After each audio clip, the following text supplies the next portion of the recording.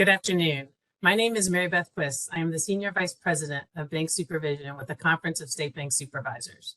On behalf of CSBS, I want to welcome you to this webinar as we roll out an updated ransomware self-assessment tool, the RSET 2.0. This updated RSET is the culmination of 12 months of work by bankers, state regulators, law enforcement, and CSBS to deliver what we believe is a needed update to the original RSET, which was released in late 2020. As many of you know, the RSET was created by CSBS in collaboration with the Bankers Electronic Crimes Task Force, state bank regulators, and the United States Secret Service to help financial institutions periodically assess their efforts to mitigate risk associated with ransomware and to identify gaps for increasing their security. The RSET effectively provides executive management and the board of directors with an overview of the institution's preparedness towards identifying, protecting, detecting, and responding to and recovering from a ransomware attack. It may also assist other third parties such as auditors, security consultants, and even regulators that might review an institution's security practices. Before we get started, I want to review a couple of housekeeping items for today's webinar. This meeting is being recorded, and both the recording and the slide deck will be provided to all registered in a follow-up communication from CSBS. To minimize background noise, all attendees are currently muted. We will take questions throughout the webinar using the chat function. Please send your questions to all panelists using the chat function so our moderators can see them and bring them up at appropriate times throughout the presentation. Given the large attendance, we may not get to all of your questions today, but we will follow up with answers. Here is our outline for today's discussion. We will kick off with a brief discussion on today's ransomware threat environment and the bad actors who are causing much distress in banking, as well as other industries. We will then talk about some of the factors that drove the need for an update to the RSET, and we'll address two recent ransomware studies that revealed some interesting findings that also help drive some of the changes you'll see in version 2.0. And finally, we will walk through the actual changes that have been made in version 2.0. As I mentioned earlier, we will allow time at the end for answering any questions you might have regarding the changes or anything else that you hear today.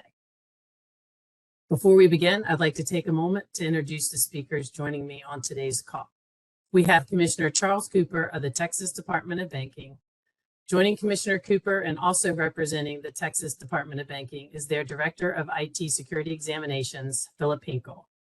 We have Robert Call, a Senior IT Examination Specialist with the FDIC, and Chris Furlow, the President and CEO of Texas Bankers Association, who will provide a banker's perspective on today's call.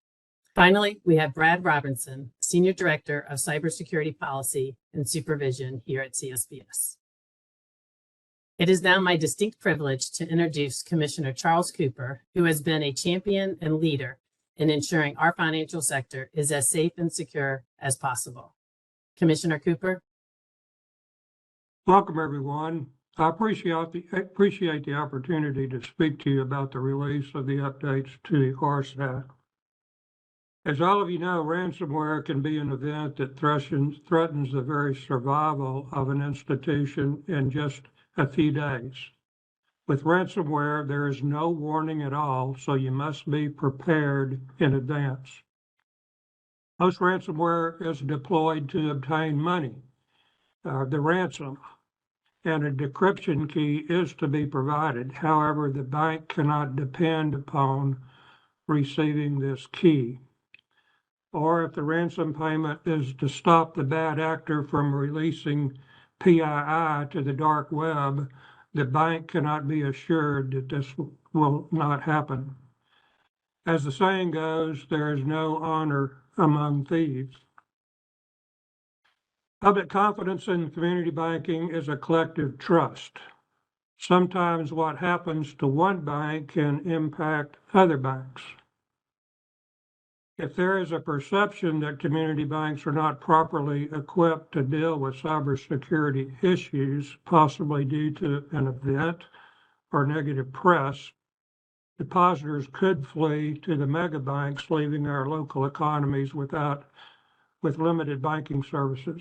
And we did see a loss of confidence in the regional banks after the failures of Silicon Valley Bank and Signature Bank. When a bank is locked out of its access to its data, public confidence certainly declines very quickly. And ransomware is a clear threat, and this needs to be managed appropriately. And this is where the RSET is designed to address this very problem. By utilizing the RSET as part of your regular assessments of your bank's cybersecurity posture, you can help ensure that your institution is better prepared to specifically protect itself against a ransomware attack and is better equipped to respond and recover should an attack occur. And as you will hear in a few minutes, the RSET's benefit in managing ransomware risk has been validated by institutions that have been victims of ransomware. And I think this is very important. As Mary Beth mentioned, this tool and its revision were deployed by bankers for bankers. It's not something that regulators like ourselves developed and mandated its usage. State regulators worked hand in glove with the bankers task force, along with CSBS, in conjunction with the U.S. Secret Service, to bring all of this together. And whether you are new to the RSET or you've used it for years as a part of your cybersecurity preparedness program, we believe that you will find the updated version to be an easy to complete, repeatable, and effective tool to help insulate your institutions from the very real danger of ransomware. So thanks for listening to me, and back to you, Mary Beth. Thank you, Commissioner Cooper, for those comments and for your leadership in ensuring that state regulators continue to deliver tools that benefit both regulators and industry. I will now turn to Brad Robinson to walk us through the current ransomware threat environment. Good afternoon, everyone. So we're going to start today with a brief overview of the current ransomware threat environment. So today, ransomware remains perhaps the most visible and potentially impactful cyber threat to financial institutions.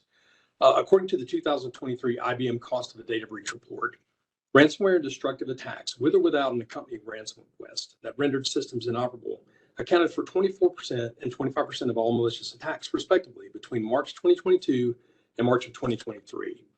And the current ransomware threat environment is believed to be enhanced by geopolitical factors, particularly the ongoing conflict between Russia and Ukraine, and now the current unrest in the Middle East. So according to Chainalysis, victims of ransomware attacks have paid ransomware groups just under $500 million in the first 6 months of 2023. And at this pace, the total amount of ransoms paid could hit nearly $900 million by the end of the year. Now, for context, total ransomware payments failed to exceed $500 million for all of 2022, which was in fact a down year for ransomware. But by all indications, 2023 is headed in quite the opposite direction. If these figures hold, 2023 would become the second biggest year for ransomware revenue after 2021, when attackers extorted nearly $940 million from victims. In fact, the effects from the Move It Transfer incident could send ransomware payment totals for 2023 into record territory, with the Russian threat actor group KLOP expected to yield between $75 and $100 million in ransoms from that attack alone. Now, from a numbers perspective, the number of attacks experienced in a given year can be difficult to estimate, even in the financial sector. However, according to the 2023 Splunk State of Security Report, a survey of 1,520 respondents in multiple sectors, including the financial sector, revealed that 49% of those surveyed reported that they had experienced a ransomware attack within the last 2 years. In addition, last year, 66% reported that they or their insurance company actually paid ransoms to attackers. Of course, traditional ransomware attacks often use the encryption of victim data as a means of getting payment from an organization. But other ransomware attacks involve a multifaceted approach of encryption and exfiltration of data, sometimes combined with disruptive DDoS attacks to further pressure victims into paying ransoms. However, as we saw in the Move It Transfer software attack, there are some criminal organizations that will actually forego the encryption of victim data altogether and simply extort victims for the data they've stolen. Now, this appears to be an attack method that's most widely used when multiple organizations are impacted by an attack, and more particularly organizations with deep pockets and the potential for greater damage when that stolen confidential information is made public. It doesn't necessarily appear to be an across-the-board change in tactics among all ransomware groups, but the emergence of these extortion-only tactics is really going to essentially require institutions to increase their focus on preventative measures and other response elements to address incidents where data exfiltration is really the primary means of attack. So what does this mean for the financial sector? As banking drifts further and further into a world of complex, technologically centered operations and service offerings, potential attack surfaces available for exploitation are becoming increasingly more numerous with alarming speed. Ultimately, every single one of our organizations is subject to falling victim of ransomware, and it doesn't really matter whether the attack comes from a small-time organization or a sophisticated international criminal enterprise. Each are capable of deploying debilitating ransomware that can create a huge lingering headache for even the most prepared institutions. Excuse me. However, for the unprepared, the consequences of ransomware attacks can be far more serious, resulting in damage to brand reputation, regulatory consequences, significant impacts to operations, and in a worst-case scenario, the failure of the institution. And it doesn't matter whether the victim is large or small. The potential consequences are the same and can present an existential threat to a financial institution. So let's talk about some of the general factors that drove the decision to update the RSET. There are really two main factors steering this update: changes in the threat environment and bad actor tactics, and changes in bank environments and controls. Financially motivated actors remain prolific, and with the geopolitical picture so clouded as a result of ongoing conflicts overseas, as well as the activities of sophisticated nation-state sponsored, enabled, or sympathetic threat actors, it's clear that threats from ransomware aren't waning anytime soon. And as we mentioned earlier, ransomware threat actor groups continue to craft new attack methodologies to challenge our financial institutions. These threat groups, both large and small, continue to leverage ransomware with increasing organization and efficiency. Double and triple extortion techniques really allow threat actors to increase pressure on victims to negotiate and pay ransoms. And as I mentioned earlier, data exfiltration techniques used by threat actors can create a significant headache for a financial institution, even when the data is not encrypted. We also felt that an update of the RSET was needed to address changing bank environments and controls. So in the August 2021 interagency guidance on authentication really helped bring to the forefront some of the significant risks associated with ransomware and other cyber threats, and the need for institutions to effectively authenticate users and customers to protect information systems, accounts, and data. In piecing together this update of the RSET, we thought it was important to cast a wider spotlight on MFA as a foundational security control. We also thought it practical to revamp the RSET to more clearly address and encourage additional thinking about other security controls, such as cloud security, vendor access to systems, incident response planning, and employee training and awareness. We're going to spend a little time covering the changes in RSET a little later on this afternoon, but for now, I want to switch gears for a moment and turn the floor over to Robert Call of the FDIC and Philip Hinkle with the Texas Department of Banking to talk about two recent studies on ransomware that also help guide some of the control changes you'll see in the updated RSET. We'll start this afternoon with Robert Call. Robert? Thank you, Brad. So you may have heard of the FDIC's ransomware horizontal review, which was completed in 2022 and highlighted by FDIC Chairman Grunberg and others in various committee meetings. I'd like to share the highlights of that review with everyone here today. We wanted to know if there are defense mechanisms that are working but not widely known. We also wanted to see if there are any changes in examination procedures that are warranted to help banks identify weaknesses. So over a 2-year period, we identified 36 ransomware attacks on FDIC-supervised institutions. After reviewing forensic reports and holding interviews with institution staff, we categorized the impact of each attack. We evaluated impact based on several factors, resulting in overall ratings of high, medium, and low. We assigned high ratings when ransom was paid, data or services were lost, or if there was a significant remediation effort. Moderate ratings indicated that there was internal network movement and persistence, but no high-risk factors. And finally, we assigned low ratings when the attack was stopped before there was any significant impact or cost. We found that of the 36 attacks, there were 32 against banks directly rather than being impacted through an attack at a service provider. And 18 of those, or 56%, were rated high. 4 were moderate and 9 were low. And in 5 of the attacks categorized as high, the bank paid the ransom, and those ransoms totaled $13.2 million. So in the low impact attacks, Where the bank successfully defended, we identified these categories or groups of controls that made a difference in containing the attack. Now, I'm sure that none of these come as a great surprise to you. They're all well publicized and widely available from authoritative sources such as CISA and NIST or supervisory guidance. But with attention on these controls, we evaluated our examination procedures in Intrex and for possible changes that may be warranted to help banks identify weaknesses. We then looked at our risk advisory process to make this information actionable. The process includes a risk advisory, which communicates risks to examination staff, and technical examination aids, which support the risk advisory and assist examination staff in looking deeper when assessing the risks discussed in the advisory. We organized the TEAs around the control categories identified in the horizontal, and they include control statements, cross-references to the applicable Intrex procedure, and possible control tests. The TEAs also include an appendix which references excerpts from industry and government sources. One point I'd like to make is that the TEAs are not another work program, checklist, or form for examiners to complete. They merely focus their attention on certain areas when completing Intrex.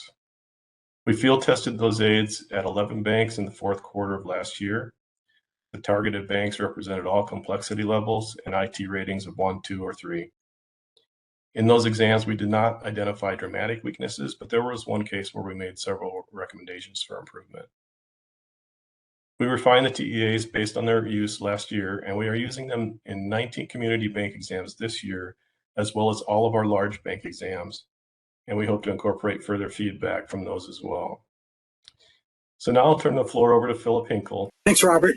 Appreciate it. Appreciate everyone joining today. As Robert mentioned, the states also conducted a similar study. And as Robert said, in some respects, there were a lot of the things that we found were things to be expected. Basically, failures of fundamental controls that institutions should have been putting in place. But our study covered a 4-year period from 2019 to 2022. And there is a written report of this available. If you want it, you can contact your regulator, and I believe it may be on the CSBS website as well. On the next slide, though, I want to jump into some of the key findings that we had. The first finding we were a little reluctant to include because it seems a little self-serving when we say, oh, you need to use the RSET. But as we talked with the bankers about it, they brought to our attention that one of the things they went back and did after they became a victim was to use the RSET to guide how they set up their controls. Previously, what we heard too often was they were using it as a compliance tool. That is, we heard things like, well, I had someone fill it out, but I knew they really didn't have the skill to fill it out correctly or accurately or in depth. But we fill out the FDIC CAT every year. We have an IT audit done every year, and it says we're satisfactory. We have regular IT examinations by regulators, and they say we're satisfactory. So we just didn't see the need for the emphasis on it. But the telling point was after they became victims, they went back and looked at it and completed it more fully and used it then to identify where they had a specific problem related to ransomware and then fill that gap. The second finding was also maybe not somewhat of a surprise, and that's MFA. But the telling point of the study was everybody that was a victim went back and made sure they had MFA appropriately configured or expanded the usage of it or implemented if they didn't have it at all, which were quite a few of the cases.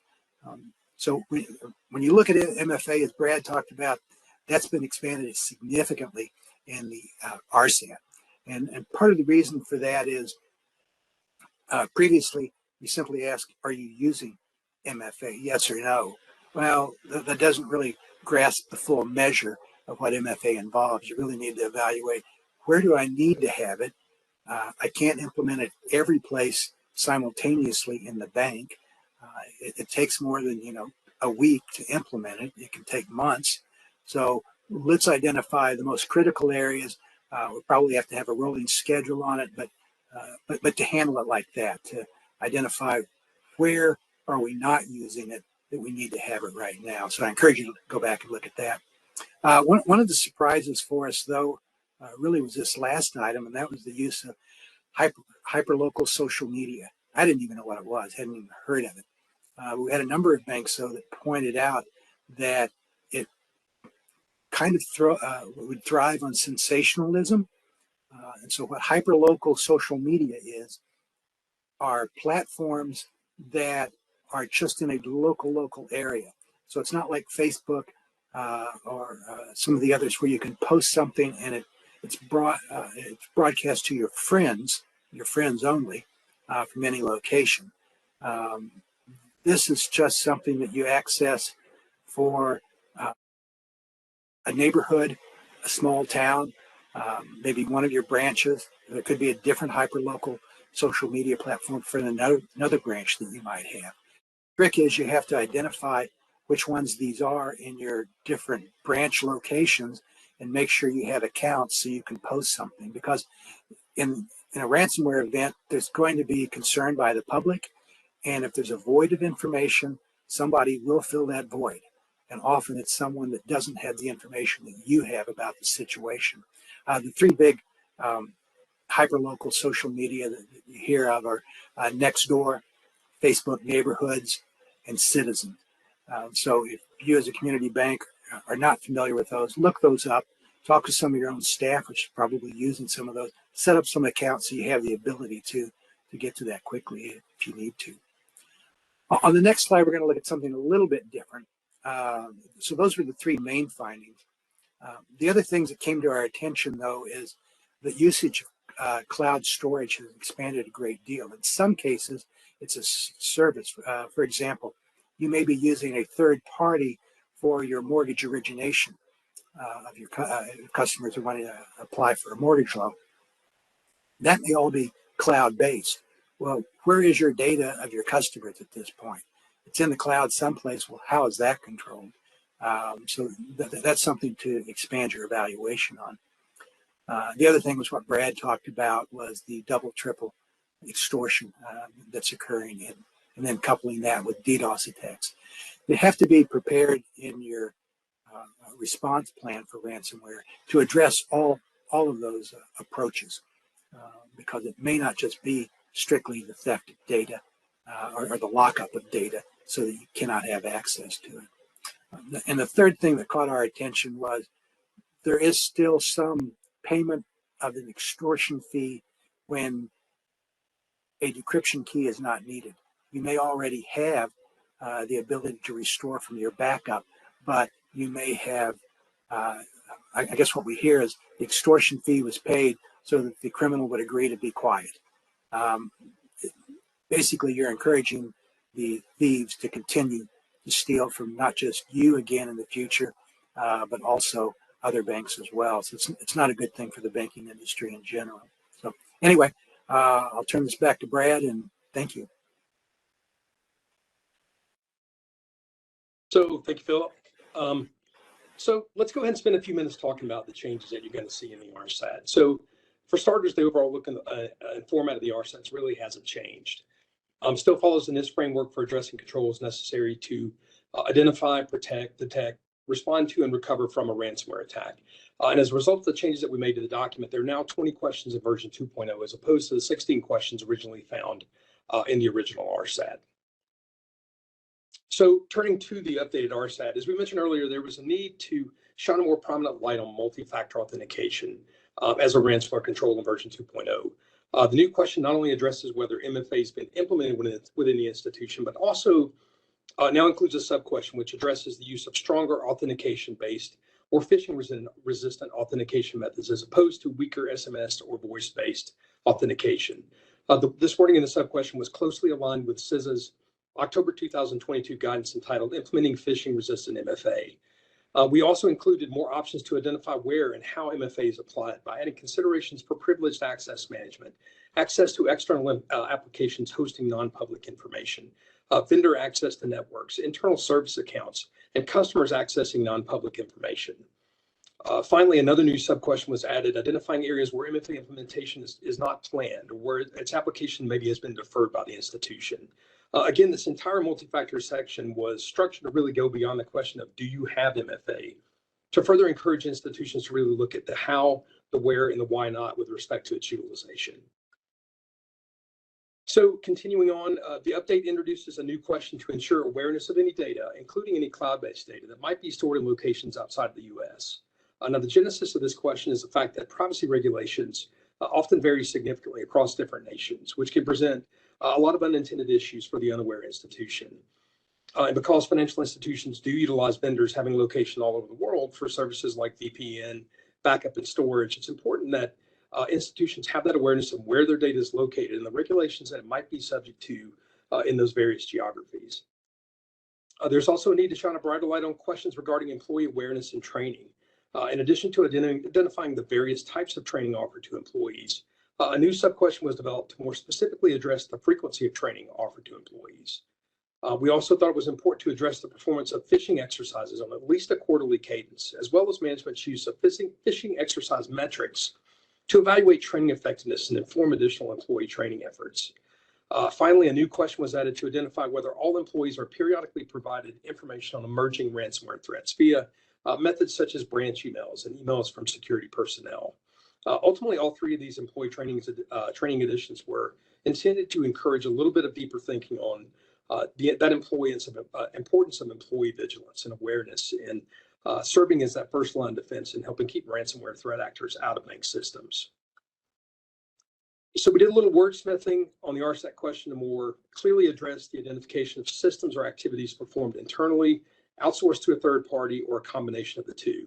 Now, for this question, we added the phrase check all that apply. And that seems like a very minor addition to this question, but what we found is that a number of institutions that completed the RSET might generally choose either in-house or outsource, as opposed to really identifying those systems or activities that are actually performed using a combination of the two.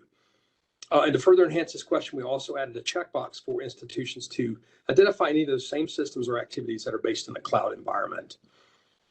We made an addition to an existing question regarding the use of cyber frameworks and standards. So if an institution is performing some sort of gap analysis to identify controls that have not yet been implemented but are recommended in the standards and frameworks that are used by the institution, we wanted to take it a step further to identify whether that gap analysis is being reviewed by the board, by senior management, and if applicable, by the institution's technology committee. Cyber insurance, another area where we thought a little bit of enhancement was needed. To encourage a more thorough review of cyber insurance policies, we did add a detailed checklist of some common services that are generally offered through cyber insurance policies, things like data retention services, cyber extortion assistance, forensic services, and customer notification assistance. Next, a little narrative was added in the third-party vendor relationships question, which asked the institution to take a little bit of a deeper dive into those relationships to identify any vendors that have not implemented controls to prevent ransomware and threat actors from moving from the vendor network to the institution's network. And finally, an extra control consideration was added to the question addressing procedures for backing up data for core processing, network administration, and other critical services. In this instance, the RSET now asks the institution to identify whether they have procedures in place to validate the sterility of data backups prior to restoration to prevent reinfection of systems. So in thinking about risk assessments, the previous version of the RSET contained a question asking if all ransomware risks and threats identified in risk assessments have been appropriately remedied or mitigated to an acceptable risk level. Now, rather than sticking with that simple yes or no answer, we expanded the question slightly to have institutions actually identify any areas where those identified risks and threats had not been appropriately remediated or mitigated to an acceptable risk level. And we did this through the use of a new sub-question, asking the institution to formally summarize those areas on paper. As you know, the RSET has always contained a number of preventative controls to address ransomware. But we felt the need to clarify or improve some of the wording in the RSET. And in some instances, we added some new controls. In the updated RSET, you'll find new controls addressing things like patch management, the management of the use of removable media devices, controls to address the changing of default hardware and software settings, the use of jump boxes or bastion hosts or administrative VLAN for segregating administrative and privileged access to sensitive servers and data, and procedures for resetting or replacing user authentication credentials. Now we're going to turn to modifications dealing with the incident response plan. So there are a number of new considerations, as you can see here, that came up during our review of the RSET. The first addresses the development and documentation of alternative strategies for connecting the institution to its critical third parties in the event of an incident. The link between incident response and the institution's business continuity and disaster recovery plans is now highlighted to make sure that there is an escalation procedure in place within the incident response plan to enable an institution to smoothly address an incident that creates significant and/or long-term impacts to the institution. We do see next one of the specific recommendations that became evident in the state's ransomware study that Philip discussed earlier, and that has to do with the monitoring of traditional social media sources, hyperlocal social media accounts, and new news sources for public awareness and discussions of the incident. Recommendations to involve federal and state regulators have been expanded to something beyond just contact your regulator. And a consideration was added to contact federal regulators within 36 hours and state regulators in accordance with applicable state requirements. And following a similar train of thought, we wanted to emphasize the importance of immediately notifying federal law enforcement agencies when a material incident occurs. So these law enforcement agencies like the Secret Service, the FBI, they do have subpoena powers that can access logs and other critical information very quickly. They do have knowledge of threat actor behaviors and ransomware environments, and they may have access to decryption keys. Threat hunting, that's a new consideration to the RSET to highlight the importance of ensuring that all the back doors have been closed in the wake of an incident. And a procedure was added to address the utilization of out-of-band communication procedures during an incident to mitigate potential threat actor use of single sign-on to access the institution's containment and remediation efforts. Finally, a new consideration was added that addresses discussions of any prospect of ransom payments with the board or any appropriate committee or committees prior to payment, including an awareness of and compliance with OFAC guidance. So finally, these are the last significant modifications in the RSAT, and these address considerations for third parties engaged by the bank in the event of a ransomware attack. This was briefly addressed in the original RSAT, but some expansion was warranted with respect to those engagements. First, the RSAT asked whether the institution has identified any third parties to be engaged in the event of a ransomware or an extortion attack. This might be forensics firm, external legal counsel, any other vendor that might assist in addressing that attack. These are a lot of times things that you'll see as a benefit from a cyber insurance policy. And in instances where an institution has identified a third party or third parties to assist with remediation, we want to make sure that that institution has ensured that contact information or prearranged service contracts exist with those vendors so we don't run into any sort of legal or contract issues that might delay the institution's ability to respond to the incident. And finally, following a similar train of thought, a new sub-question was added to address whether any third parties identified by the bank to assist in ransomware response and recovery have been approved by the cyber insurance provider. So in instances where a bank has a breach code service as part of a cyber policy, insurance companies going to often have prearranged agreements with specific service providers. And it's important that institutions be aware of any requirements to use or not use specific vendors as outlined by their insurance company. And we asked this to help the institution avoid any kind of unnecessary expense, delays, or potential difficulties with the insurance company at a time when all efforts are really focused on response and recovery. So that concludes our presentation of the changes that can be found in the new RSAT. But before we take questions today, I want to turn the floor over to Chris Furlow, President and CEO of the Texas Bankers Association, for a bit of a banker's perspective on the benefits of the RSAT. Chris is a member of the Bankers Electronics Crimes Task Force, which is a national task force of bank CEOs that was really instrumental in the creation of the RSAT. And the task force also provided valuable guidance and input to our team as we work to update the RSAT and really kind of help make it the product that we feel realistically meets the needs of banks of all sizes. Chris? Brad, thanks very much. I just want to spend a minute to talk about the value of using the RSAT from the bank perspective. Before my career in the banking industry, I served as executive director of the Homeland Security Advisory Council. And the council's mission was to bring together government and security agencies, but more importantly, to foster collaboration between government stakeholders and the private sector to help solve problems that threatened our common defense.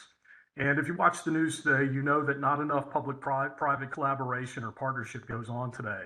So the first thing I'd really like to communicate is that the RSAT is not a tool that's simply been dropped down from on high from the regulators. The RSAT development and this specific update has been built through an iterative and true industry regulator collaboration, obviously between CSBS representing the regulator community, the Secret Service as our law enforcement and federal agency partner, and the Bankers Electronic Crimes Task Force representing community bank leaders and community bank IT experts. At the Texas Bankers Association, we operate what's called an ISAL, an information sharing and analysis organization. think of it as a community bank intel fusion center. So we see threats to community banks from all over the globe, Eastern Europe, Asia, you name it. You don't need a clearance to know that fraud and cyber breaches and ransomware attacks continue to proliferate, in part because nefarious actors, whether they be transnational criminal organizations, nation states, and criminal entrepreneurs, they collaborate in the opaqueness of cyberspace. So it's very critical that the good guys and gals work together whenever possible. And that was certainly the case with the development and updating of the ransomware self-assessment tool. The needs and considerations of banks were heard. The need to create a tool that didn't complicate things but made them simpler was heard. And second, I'd like to point out the value of the RSET as a collaboration tool within your bank. Most bank leaders were not taught cyber risk management in banking or business school. If you're a CEO or a senior executive that finds cybersecurity technically beyond your skills, how can you ensure that you're discussing relevant issues with your IT team and third-party vendors? The RSAT is an easy-to-use format. It's going to help you to do that, to assess your ransomware preparedness and cyber defense posture in concert, in collaboration with your IT team. It's also flexible.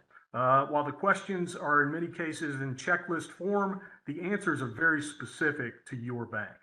And finally, by using the updated RSAT, banks are demonstrating to regulators and ultimately to their customers a tangible commitment to the implementation of leading cybersecurity practices. Let's face it, there are times when banks and regulators don't see eye to eye, but I can tell you that the RSAT is something that we can all support for the good of the banking system and the people that both our regulators and our community banks serve. The world is a very dangerous place today. Churchill once said that one ought to not turn one's back on a threatened danger and try to run away from it. If you do that, you will double the danger. But if you meet it promptly and without flinching, you will reduce the danger by half. Well, we can't eliminate all cyber risk, but the RSAT can help us reduce the risk, reduce the danger in an organized and collaborative way. So thanks to the CSBS leadership, certainly our Commissioner Charles Cooper and his state supervisor peers and our federal partners, thanks to the community bank leaders on the Bankers Electronic Crimes Task Force for all you have done on this, and to everyone on the call for working together to reduce ransomware risk. Thank you, Chris. Thanks for being here today. Thanks for your comments and for your input and direction throughout this entire effort, from developing the RSAT to updating it and getting it reissued. As Commissioner Cooper mentioned earlier, the RSAT was developed by bankers for bankers, and Chris, we truly appreciate your voice in this process. This concludes our formal comments from today's session. The RSAT 2.0 is now live on CSBS website, and we will be adding a link to the chat of this meeting. Again, we will be sending out the slide deck used today, as well as a recording from today's event to all registered attendees.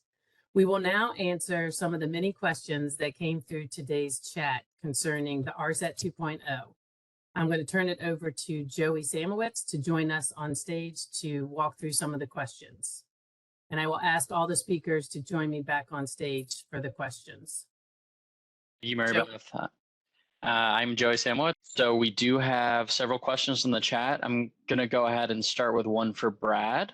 And the question is, will commissioners require our bank to complete the RSAT, and will examiners be looking at it during exams? I think the way we have designed the RSAT is for that to be at the discretion of each commissioner. So the commissioners in each state will determine how they're going to roll the RSAT out and any sort of requirements they have for completing it. Examiners do, when it is completed, do like to have discussions with bankers about the RSAT. It's a good conversation starter, and a lot of times what we found in the past is that bankers do tend to be sometimes excited to talk to examiners about the RSAT because it is a beneficial tool for the banks. And but the decision to require completion of the RSAT really is going to be left to the discretion of each individual state commissioner. Thanks, Brad. Mhm. So that takes us to our next question, which, Philip, I'm going to go to you on this one. How long will it take banks to complete the RSET? That can vary a great deal, primarily based upon have you been completing it to begin with. If you've already been doing it, it's mostly an update issue and expanding on the new ones. But this is something that I don't think you can complete it in less than a week. You've got people you've got to talk to within the bank. Sometimes you have to contact some of your vendors as well on this. So it's a variable answer based upon how large you are, how much you've done with it. I want to drop back on that prior question of is it going to be required, and would encourage everyone to not think of it as a compliance issue of, oh, do I need to do it if, or do I not need to do it if my regulator doesn't require it? Because it's really that tool that it's going to help you help you identify the gaps that you need. So anyway, so not a direct answer because there's too many variables based on size, complexity, and prior usage. Chris, let me tag you in on this one. How long would you say it takes your institution to fill it out?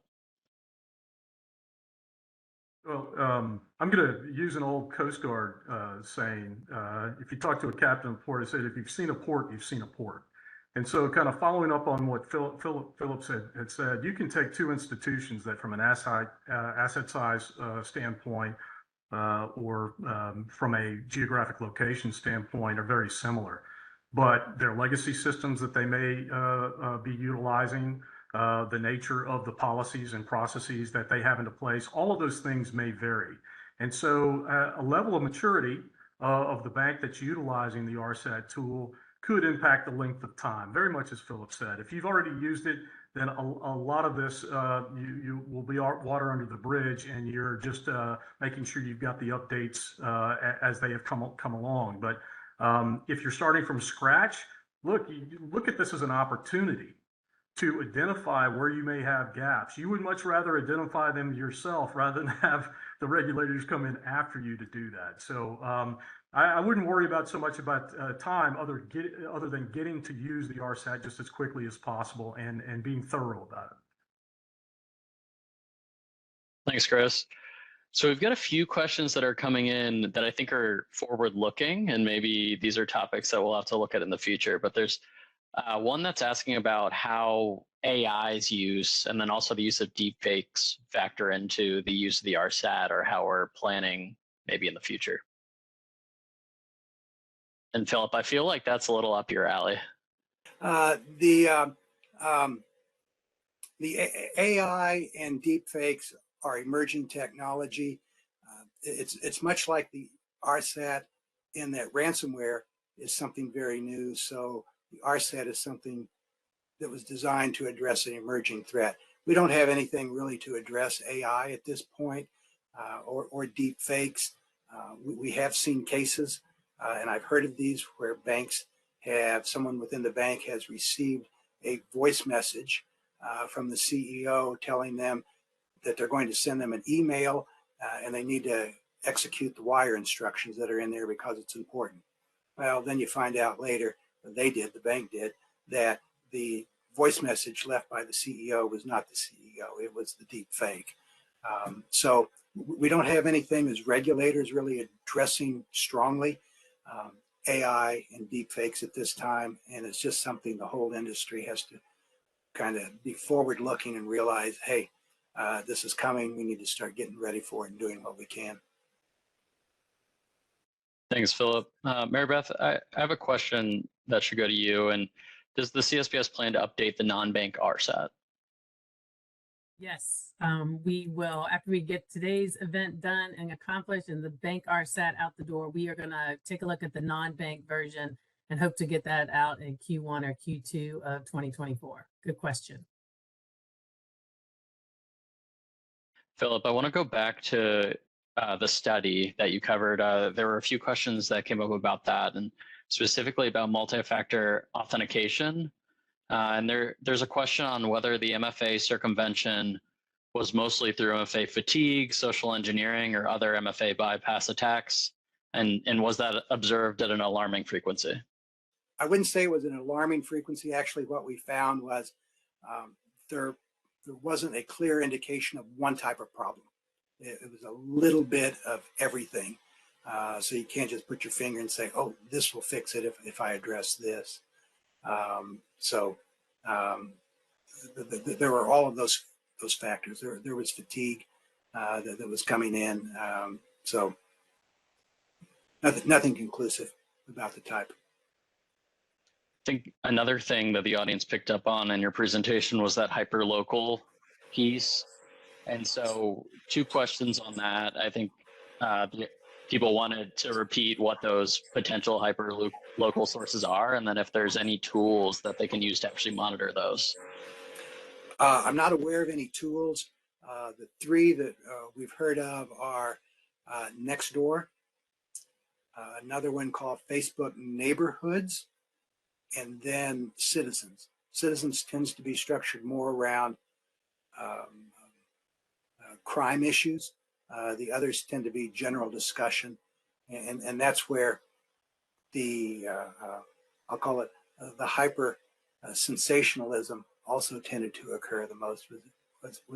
Was within those, but I'm not aware of anything for monitoring them other than if you have an incident, you need to be monitoring social media to see what's being said, and so you can help keep your customers educated about what the incident is and when it'll be resolved.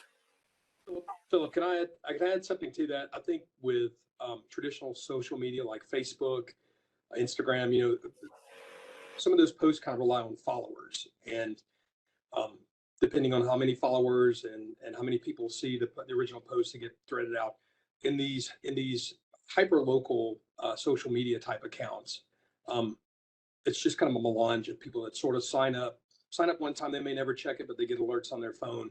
And there's a lot of times there's a sort of it seems to be a thought leader or somebody that will kind of dominate. So this person's always involved in the conversations to really kind of spread things out, whether it's right or wrong. They've heard from somebody, or they've heard it directly from somebody, and not necessarily relying on followers to communicate that through these hyperlocal. It operates a little bit differently than, say, traditional social media. So I look at it as there's a little more room for stuff like that to spread through those hyperlocal social media accounts because of the nature of how they operate, as opposed to, say, Facebook or Instagram that rely on followers. If that makes any sense. Thank you both. So another question that we've seen pop up a few times is how often should institutions be filling out the RSET? Is that annually, biannually? What would you recommend as a best practice? I'll kind of take that. I mean, you would, as changes occur. I mean, it's one of those things that's kind of meant to be a living, kind of breathing document. If you're doing it annually, that's great. But if things change in the interim, if the threat environment changes, if your control environment changes, if things in your the way you handle things, if you have a brand new business unit or something that introduces additional risk to your organization, then you may think about revisiting the RSAT. I don't think it's meant to be a do it once, report out on it, kind of forget about it. I think it's one of those tools that you can grab hold of when those changes happen. Philip, you have anything to add to that? I would just reiterate, annual strikes me as a good frequency. We have a lot of things that are done annually. If you specifically change something, then that's a good time to go back and look at it. Yeah. You really need to be looking at the specific threats at any one point in time. These things are constantly evolving. So, for example, we learned about the Move It threat, earlier this year, and some people have already moved past it, thinking, "Hey, this thing's done." Well, we're continuing to see the Move It threat have an impact, and whether it's ransomware related or not, I think this is another great thing about the RSAT tool.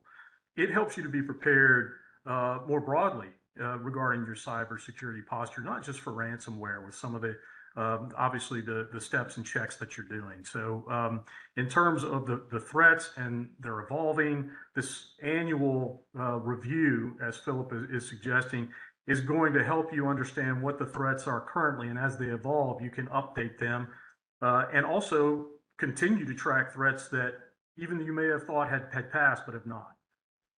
Yeah, I think there are lessons learned from attacks that occur that become public, like Move It.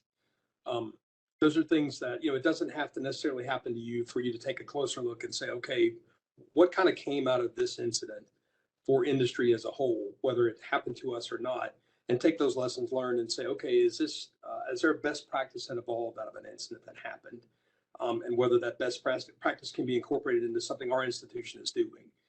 That would be an appropriate time, I think, to take a second peek at the RSET. Like Philip said, if you complete it, if you've completed it once, it's sort of like completing the CAT. It's a little bit, it becomes more of an update than a ground floor starting of completing the document. Not quite as much time, but you can hone in on specific things that might need to be updated. Thanks, Brad. Robert, I'm going to go to you on this next one. So we had a member of the audience ask, now that we have good data on banks that have experienced ransomware incidents, could there ever be some sort of best practice or types of do's and don'ts that we've learned from those incidents that could be released? Well, I think at least as far as our study went, the do's and don'ts are pretty much out there already. I mean, it really kind of confirmed a lot of the basic guidance that's out there. Again, when I was speaking, I mentioned CISA and NIST, for example, as standards. Those principle based, the guidance that they produce is pretty well comprehensive as far as what we've seen in our studies. So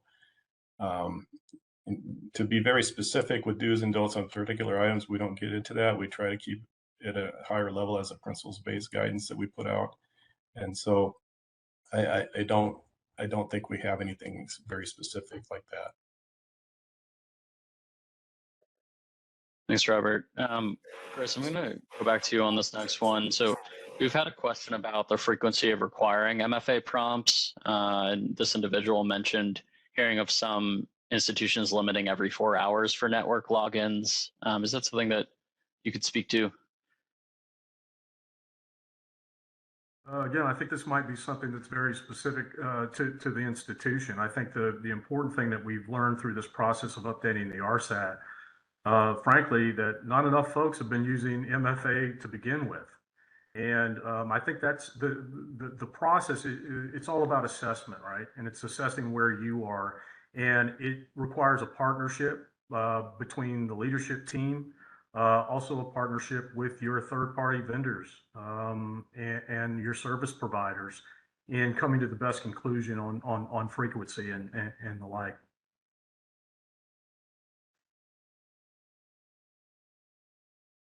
Thanks, Chris.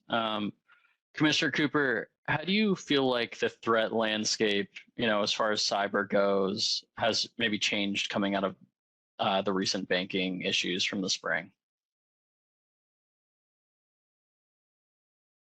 Well, I don't believe it's changed because of that, but as I think Chris just mentioned, the threat environment, it doesn't necessarily change daily, but it's constant change.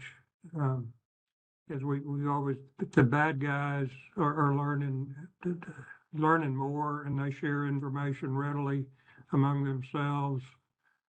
We have to adapt to that. So I think possibly the social media activity that occurred after the failures and the rapid response there probably in some ways may have hastened the ability for the bad actors to deploy their tools. But it's not, to me, it's not just a direct impact. Thank you, Commissioner. With that, Mary Beth, I know we've got a few minutes left, but I wanted to give you the opportunity to say some final words before we finish up and maybe just remind the audience of how to access some of these materials. Yes, thanks, Joey. First off, thanks to our panelists. We appreciate you all taking the time to speak today. We appreciate everyone joining, the great questions in the chat. As a reminder, the link to the RSET 2.0 is live. It's available on the CSBS website. You can get there from our homepage. The link is also in the chat. We will be following up with the communication to all registered guests on today's webinar with the link to the RSET 2.0, today's webinar recording, as well as the slide deck that we used today. So I think that concludes today's webinar. Thank you everyone for joining us and have a great afternoon.